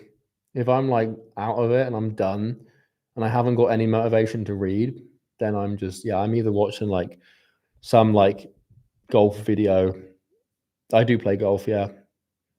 I'll play golf, I'll watch golf, or I'll just watch a movie or something like that. Am I on carnivore? I'm experimenting with eating fruit at the moment. So I was carnivore for 2 years, and I got to this weird point after being 2 years in like strict ketosis where I started to like nap all the time. I was having to nap for like an hour a day, like every day, and I was like, right, this is not normal. So I started reintroducing carbs, like just fruit. So literally just like watermelon, blueberries, and like some honey and stuff. And then since then, I haven't had to nap. So I'm probably just going to keep doing that now. Yeah. I was getting to like 1 p.m. every day, and I literally just have to go to bed. I was that tired. And that's not to say carnivore's bad. I'm still going to do carnivore, but I think what I'm going to do is rotate between carnivore and that sort of Paleolithic fruit-based carnivore. And I'm going to do it in seasons. And I'm going to do it in like 3-month stints because carnivore changed my life. Like carnivore was the best thing I ever did for my health and like my business and everything. But after like 2 years in strict ketosis, I just kind of like, my body was like, getting all like confused and shit. So like I was fine until I started like boxing and going to the gym more consistently and stuff. And then like I just didn't have the energy. I wasn't like matching what I needed, basically. Says, Charlie, every time I open my laptop, I get distracted videos instead of working. If you had to stay focused, how would you reach 10K a month? Well, first of all, man, like, look, the only way you're going to get distracted videos is if you're going to websites that give you distracting videos. So first of all, don't go on YouTube or Instagram or Facebook or whatever. And you can also get all sorts of Chrome extensions to hide videos. So undistracted, distracted, is a really good one. And that will help you hide all sorts of stuff. Can Imperium Academy be used for freelancers? Yeah, absolutely. Do you do OMAD? No, I do not. But I fast every day. So I haven't eaten breakfast now for like a long time. Charlie, what would you say to people who are just starting out? Never quit.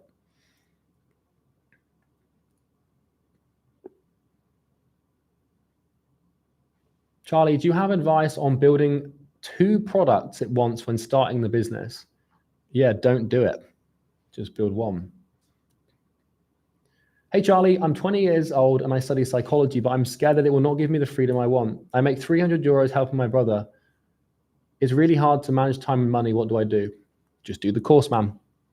Step by step, buddy. Charlie, do you have any sort of daily rest or do you just work and sleep? Yeah, I rest for like 2 hours, 2.5, 3 hours tops before I go to bed. And I'll just be hanging out with my girlfriend, or I'll play golf, or I'll watch golf videos. I might read if I have the brain, but I don't at the moment, or I'll watch a movie. Charlie, Forex traders make 2 million a month. It's amazing, man. The thing I don't like about Forex is like, you're not really building anything. Do you know what I mean? You're not really adding any value. You're just kind of like extracting money from the market, which is fine. But you're not like building anything for the long term. I mean, maybe you are. I don't know. I don't know how to do that thing. Hey, Charlie, any thoughts on copywriting? Not really, man. Any thoughts on copywriting from Lance? I mean, like I have thoughts on it, but I don't know, like you need to kind of be a little more specific with your questioning there, man. I would read all of the look, there are a bunch of dudes that basically invented copywriting. So you've got David Ogilvy, you've got Carl Schwartz, to name a few, Breakthrough Advertising by Claude Hopkins. Like read those guys. Go and find the godfathers of copywriting, like Schwartz, Ogilvy, and who's the other guy? I can't remember his name. Charles Schwab or something, and just read their books, and they'll be able to give you their thoughts on copywriting, which is going to be significantly more accurate than mine. Any thoughts on the meta ads update? It's really interesting. It's going to change the game, but I don't really know enough about it to comment.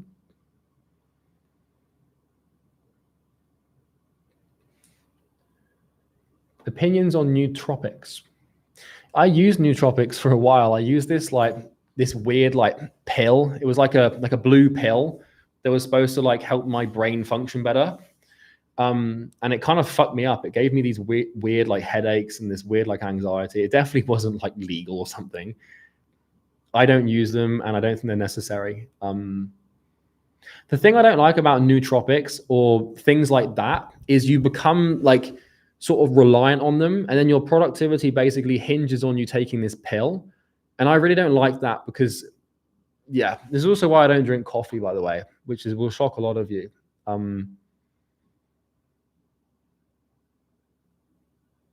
Charlie, you're not afraid that AI might replace your market audience? No, I'm not. I'm not really afraid of anything, man, in a business context. The only thing I'm afraid of in business is someone building better products than me.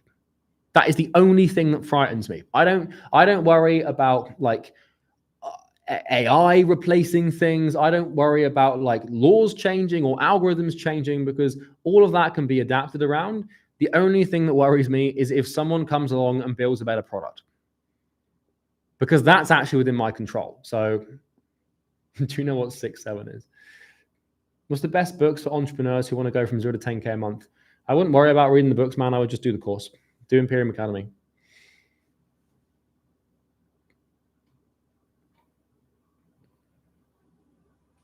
Charlie, I've been watching you since 10 months. I'm assuming you mean 10 months ago and not 10 months old. You changed my life. I'm now making 6-7K living in India. I went from 111 kg to 72 kg, and your teachings will make me a billionaire. That's amazing, man. Fucking W right there.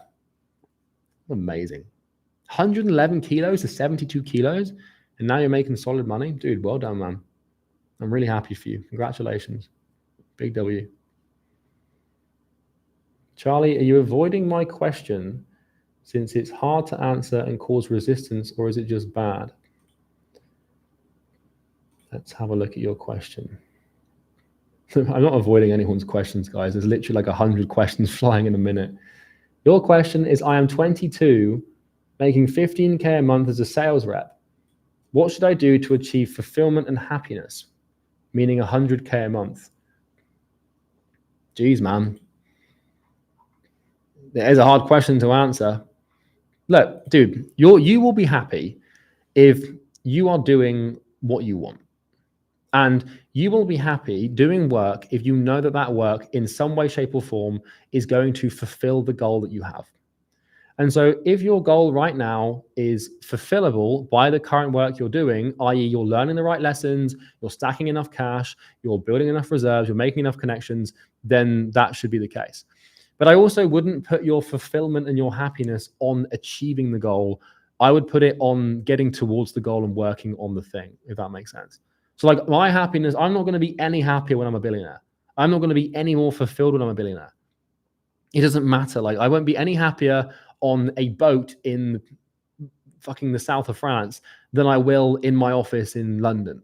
I won't be any happier flying privately than I will be flying first or business class. I won't be any happier eating caviar more often than I will be eating Nando's or McDonald's. And maybe a little marginal difference, but the outcome isn't the thing that produces the fulfillment and the meaning, man. It's the chase. It's the chase. So I would seriously consider rewiring your perception of what's going to make you happy, man.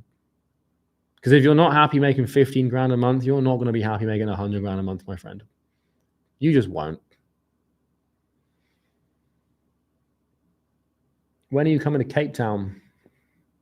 Not for a long time. Never been, don't plan to go. I'd love to visit though, man. I've heard amazing things about South Africa. Like, it's a beautiful country. So where do you want to be in 10 years? I want to have a company that's valued at $1 billion at least and have changed the world in some way. I'll leave that up to your interpretation. Hey, Charlie, any advice for new parents who are still early in their business? Honestly, man, just watch the course. All my advice is going to be in the course. Okay? But I appreciate the question. I'm a day trader. I work 2 hours a day. What should I do with my free time? Watch the course. Hey, Charlie, how much do you bench? Probably not enough. Hey, Charlie, I'm at lesson 4 of Business Genesis. Can I cold call on the side and offer free services for experience and testimonial? Or should I focus purely on the academy?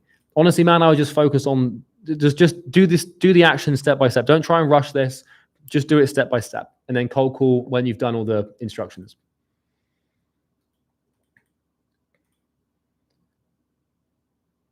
How long is the academy course going to be free for? A while. Charlie, I'm working with a client. I script around 100 short form pieces a month for one client.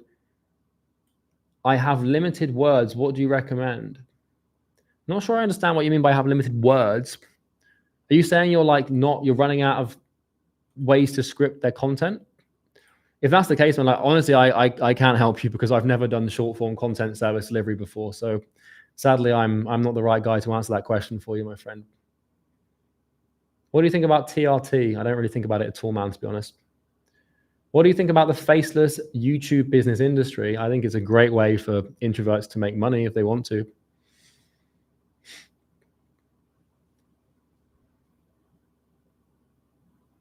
Do we need a personal brand that reflects authority with videos to outreach on Instagram, or does a profile with my face just do fine? If you have content and a brand, you'll get more replies, but you don't need it. It's not conditional. So no, you don't need it. What are your thoughts on copywriting services? I honestly, man, like, look, with where we're going with ChatGPT, like, I would not be looking to get into the copywriting space at the moment. I really wouldn't. Like, I can tell you today, I spent 6 hours today recording ads, and a lot of them were just ChatGPT. Like, don't get me wrong, we have a copywriter. That person writes a ton of copy, and then we then take that copy and then we make more variables using AI. But the supply and demand for copywriting these days, man, like I wouldn't be going into that, to be honest.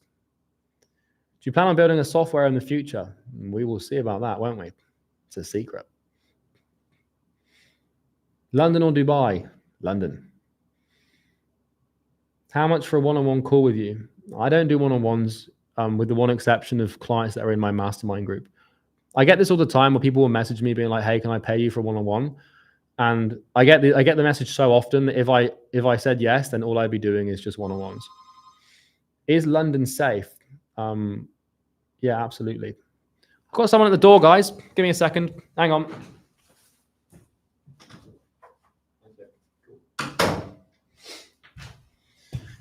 All right, we're good. Top 3 books to read.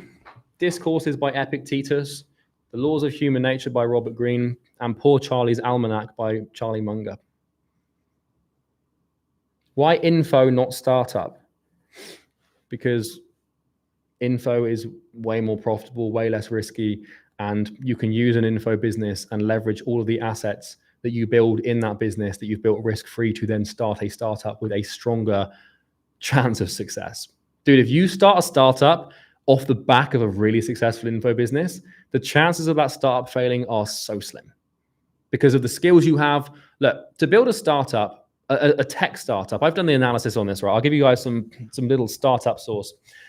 My philosophy for a tech startup like a software is that you need a couple of things. You need cash, you need talent, and you need attention.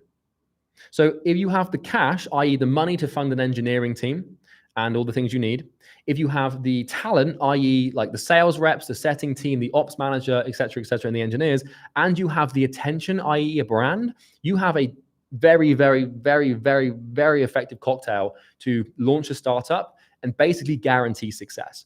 Because most startups fail for a few reasons. Either they don't have the cash and they run out of cash, they don't have the talent, so they can't build good things, or they don't have the attention, so they can't get customers to buy. Those are the three critical issues faced by a startup. And in an info business, what it does is it gives you all three of those things. So when you go to have the startup, you have the three most critical components of it, thereby accelerating your success and drastically reducing the chances of failure. Now, you can still fail if you haven't got product market fit, but I would not want to start a startup. Like when I was 18, if I think about trying to start a tech business when I was 18, I did not have the talent or the intuitive entrepreneurial skill to do that. Some people do, I just didn't. I wasn't that smart.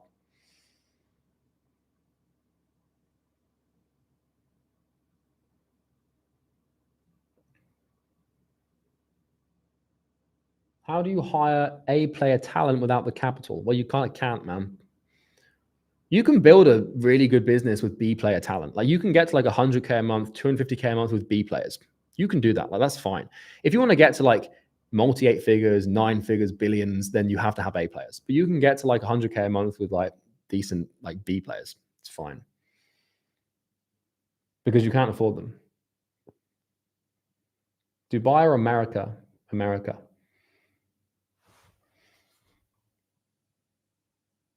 Hey, Charlie, do you see AI changing the consulting space? As it will make DIY and DF work more easier. Competition rises and trust might drop. Is there a deadline? No, man. I wouldn't worry about any of that shit. It's going to be fine. Just make better products than everybody else. You'll be fine. London or America? London. Does the lessons in the academy apply to e-commerce businesses? No, not really. But there will be things in there that will be useful for your e-commerce endeavors.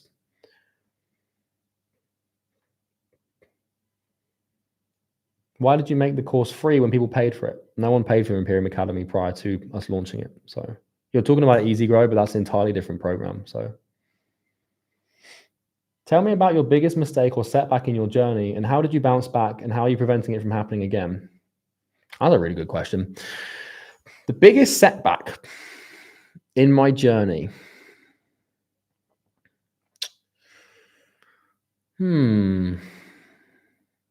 That's a really good question. There's a few that come to mind. I'm just trying to think of like, honestly, man, like the biggest setback I've had is getting comfortable. So like I had this plateau when I hit 100K a month because I stopped like grinding because I hit the goal. I had a plateau when I hit 250K a month because I stopped grinding because I hit the goal. I had a plateau when I hit 500K a month because I stopped grinding. I had a plateau at 800K a month, right? So like probably the biggest setback I've ever had is losing my ruthlessness the second I materialize an objective. So as soon as I hit a goal, I would just get really complacent and comfortable. So I think like how I've remedied that is by setting goals that are so large and so significant that there was no real, like, there's no real way for me to get comfortable. And also comparing myself to people that are just a little bit far ahead as well.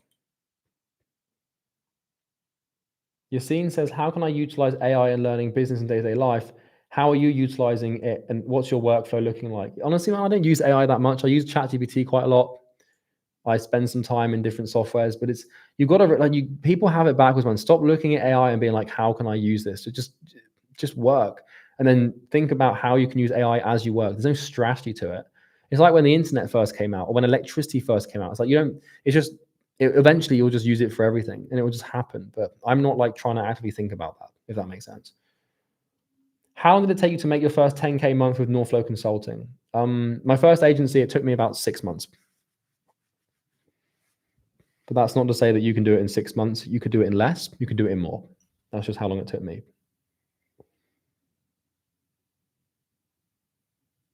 Hey, Charlie, what's your take on moving out and paying rent at 18 to escape comfort?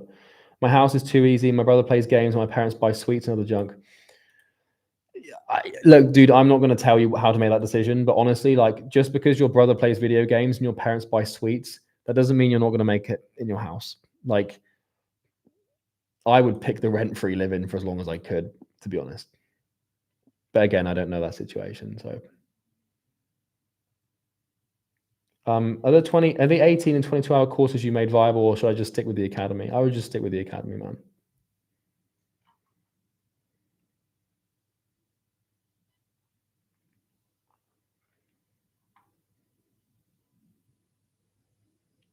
Hypothetically, if the internet were completely shut down, what would you do in terms of profession?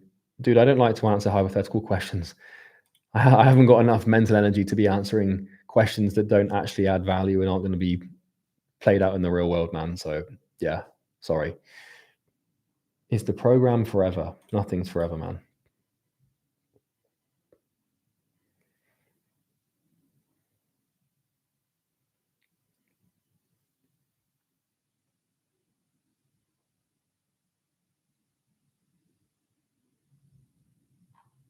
Let's have a look.